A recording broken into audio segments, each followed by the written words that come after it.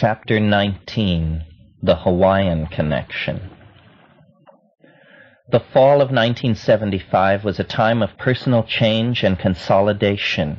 Kat, my old friend, met years before in Jerusalem during my opium and Kabbalah phase, became at last my lover.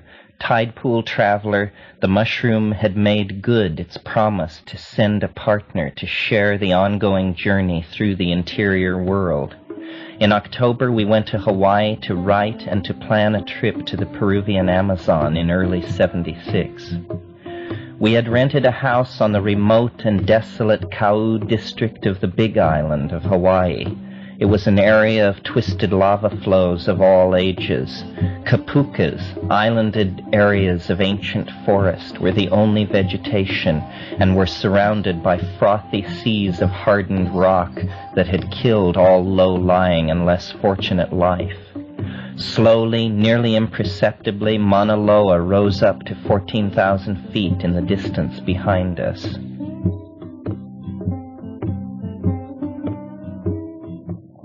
We were at about 2,500 feet ourselves.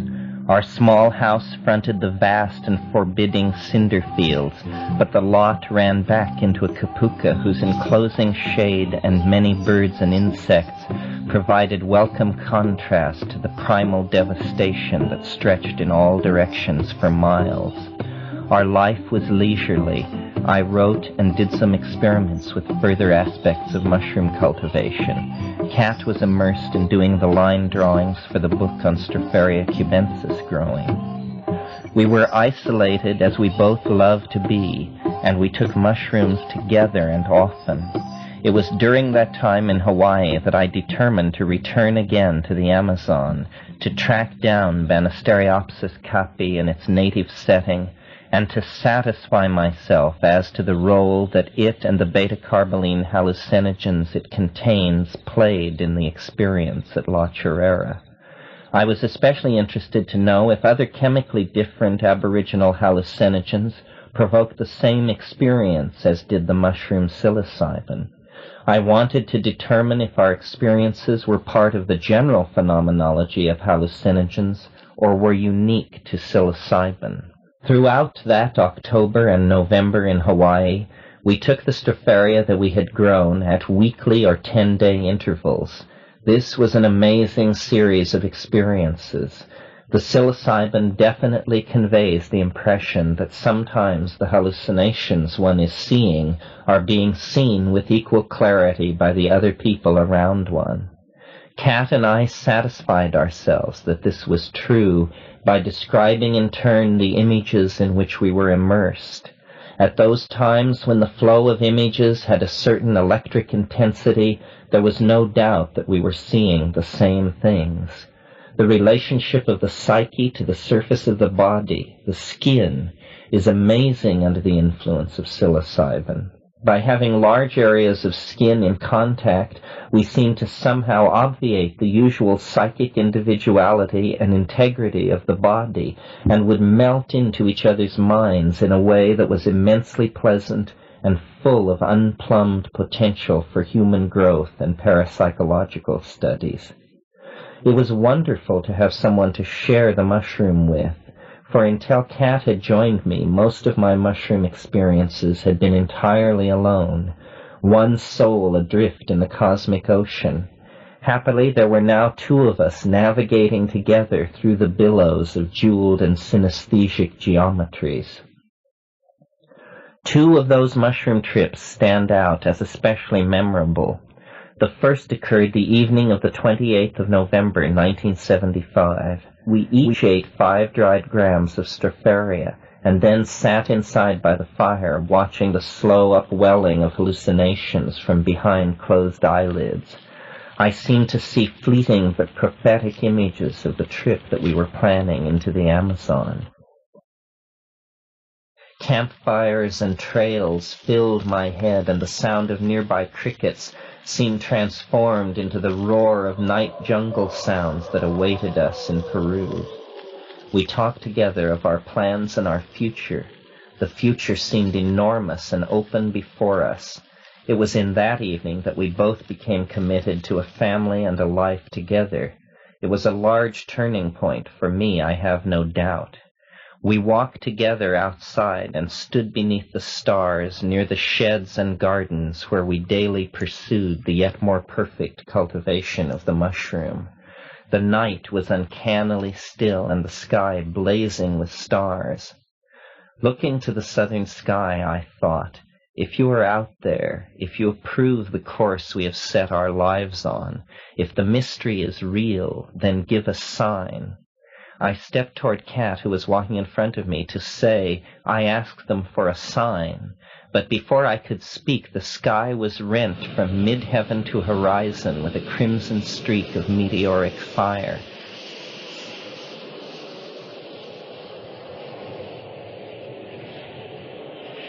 The depth of attunement of psyche and world must be very great for such synchronisms to occur.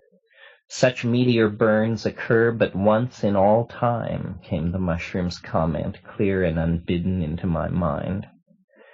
We sat down then on the warm, receptive earth and abandoned ourselves to the waves of vision and the vistas. At one point, a revolving night wind whipped the leaves of the otherwise perfectly still trees. The district was a remote one, but borne on the still air over miles and miles, from neighbors and ranches scattered far, we could hear the mournful howl of every dog in that whole part of the island. For hours they moaned and howled in eerie, wavering ululation.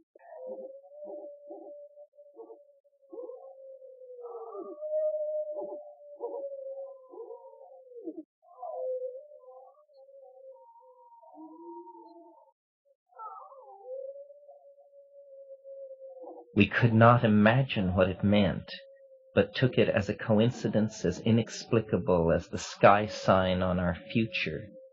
Hours later, in the time of the false dawn, and at 4:49 local time, according to seismic instruments scattered around the planet, the earthquake struck, a low, grinding roar moving through the lava fields, stretching for miles all around and beneath us. Tidal waves and volcanic activity at Kilauea near the epicenter and 30 miles away from us followed fast on the first shock. An hour later, another smaller shock wave would occur. Now the reason for the hours of howling were starkly explained. So it is a fact that meteoric signs and a great earthquake, the most intense in Hawaii in 100 years, attended our mushroom trip and our intensified exploration of the psilocybin depths, just as we attended them. The second, and in many ways more puzzling major mushroom experience that we shared in Hawaii, brought to an end any further exploration of mushroom psilocybin until after our return from the Peruvian Amazon. It was the 23rd of December, a day before Dennis would arrive to spend the Christmas holidays with us. Cat and I each again took 5 grams and settled down before the fireplace to await the first wave of images. Soon we were deep out into it. The mushroom was showing me a watery blue-green planet with no land except a globe-girdling archipelago at the equator, a kind of super Indonesia. Accompanying the views of the planet was a narration explaining that this oxygen-rich world was within 100 light-years of Earth and was totally uninhabited by higher animals. As the implications of this last bit of data came home, I felt a wave of acquisitiveness that seemed to come right out of my primate roots and a million years of nomadism and restless swelling of human populations. The narration was explaining that when the symbiotic fusion of humanity and the Stropharia was completed, man would be free to claim many such planets for the Strophariad. The narration had become personified into the inner voice that attends the mushroom trance, and with it I began a discussion of the view of the watery planet and the technology such views implied. I wondered after the technology of star travel and whether the mushroom, for all the extravagant images it is able to bestow, could produce any effect in the normal continuum. I had the idea that we should go outside, as we usually did at some point in our trips, and had a vague intimation that we might see some continuation of the cloud-related phenomena that had been a part of the experience at La Chorrera. Cat complained of being very hot and agreed we should go outdoors. We were very unsteady on our feet, and though Cat said very little, I felt considerable alarm for her, even though when she said that she was hot, I assumed that going outdoors would be sufficient to cool her off. Outside, we stood unsteadily in the front yard. The night was overcast. Cat seemed to be lapsing in and out of consciousness. It was becoming harder and harder to rouse her. She kept saying that they were burning her, but that she thought she could hold them back. Finally, she collapsed altogether, and I could not get any response. My first thought was to realize how isolated we were and how impossible it would be to get any sort of outside help. It would take hours to get anyone there, and doubtless there was no one who knew more than we did about psilocybin on the entire island. Besides, the overwhelming gestalt of the situation was somehow that we had been placed by something in the scales of life and death, and that whatever was to be done, it was to be done by us alone and in the next very few minutes. I remembered then that at the back of the house, near where we were accustomed to taking sun baths, there was a large tub of water that held the overflow from our catchment system. I remembered then that at the back of the house, near where we were accustomed to taking sun baths, there was a large tub of water that held the overflow from our catchment system. It required, even in the face of a mortal threat, which I recognized this to be, a complete organization of my consciousness to think of emptying the water over Cat. But as soon as I thought of it, it seemed to give the swirling world a direction.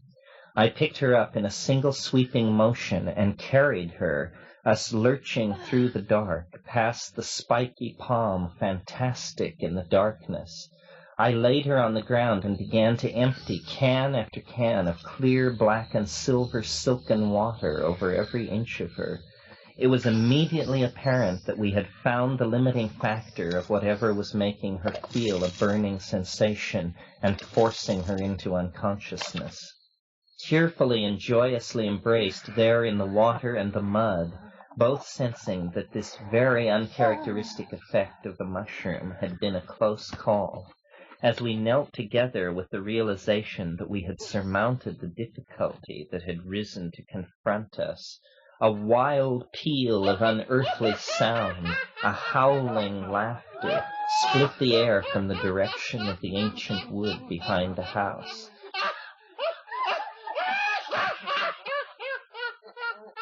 Neither of us mentioned it then, but later we agreed that it had been very real and unsettling.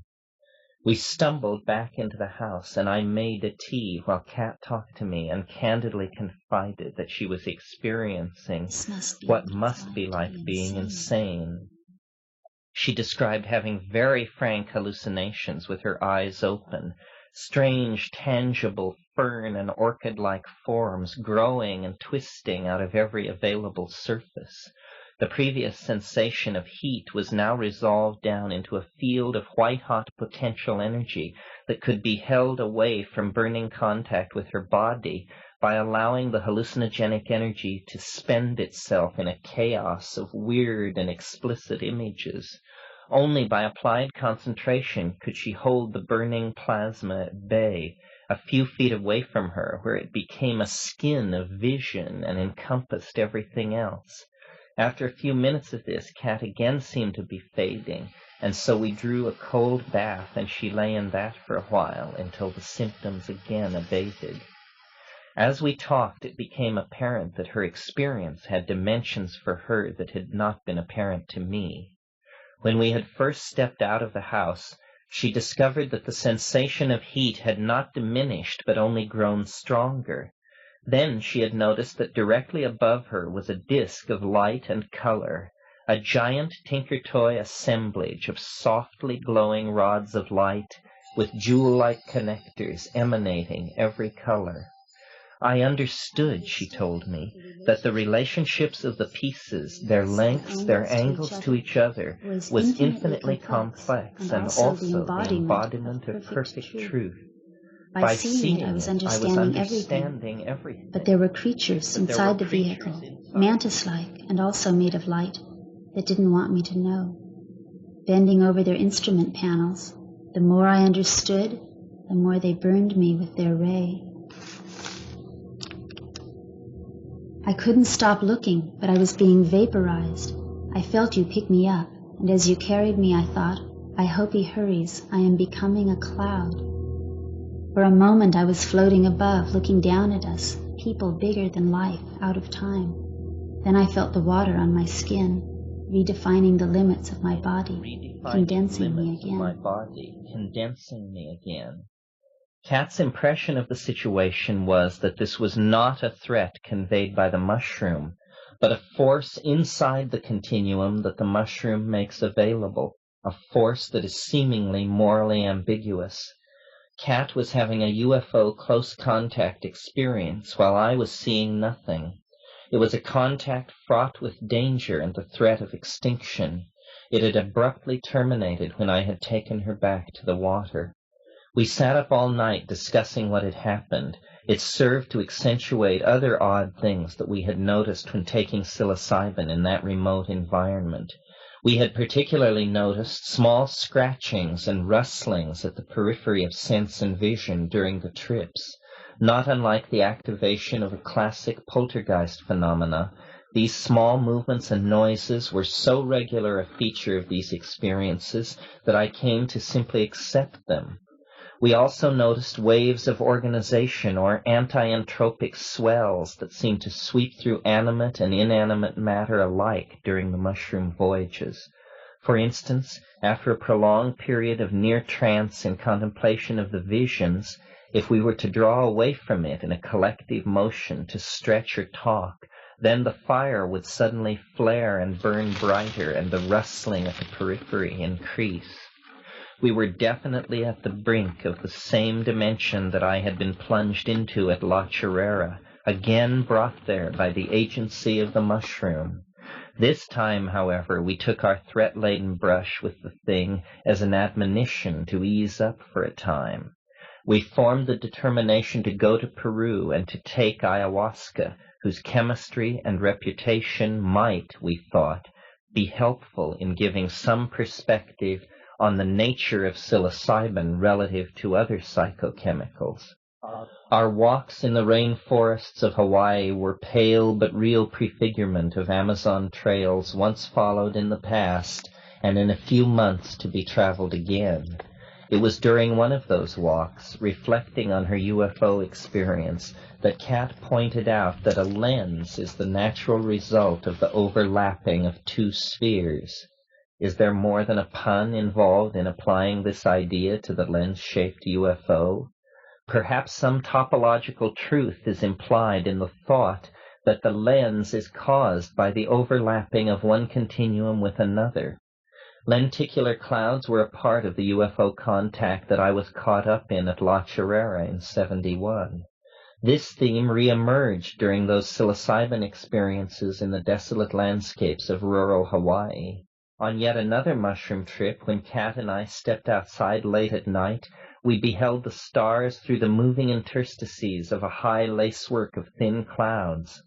Yet hovering only a few hundred feet above and slightly in front of us was a very dark, dense lenticular cloud. It grew more solid appearing even as we watched. Then suddenly this tendency was reversed and it began to thin and fade very quickly. Then it was gone. Years go by and there is little intrusion of the peculiar into things. Then suddenly it is with us again, effecting coincidence and appearing to channel the flow of events towards some end, sensed but not understood. The current wave of paranoid fiction, Gravity's Rainbow, Illuminatus, Ratner's Star, etc., make feedback from the collective difficult to evaluate. Man is always a creature in transformation. This imparts to every moment deeply felt a sense of the mystery of any future unrealized. Is the present situation any different from many others in the past? Novelty is always in the process of emergence, but does it ever emerge explicitly, suddenly, from the events in which it is embedded, suddenly enough for us to recognize it as a true flux of the temporal continuum? It does, I believe, in miracles and ecstasy, and in situations where forces are seen at work that are undescribed by today's physics. It is necessary to reiterate these familiar threads of thought, for if this is not done, then no record exists of whatever steps we have taken toward understanding psilocybin and its relation to the UFO, the knot of anomaly that seems to haunt time like a ghost.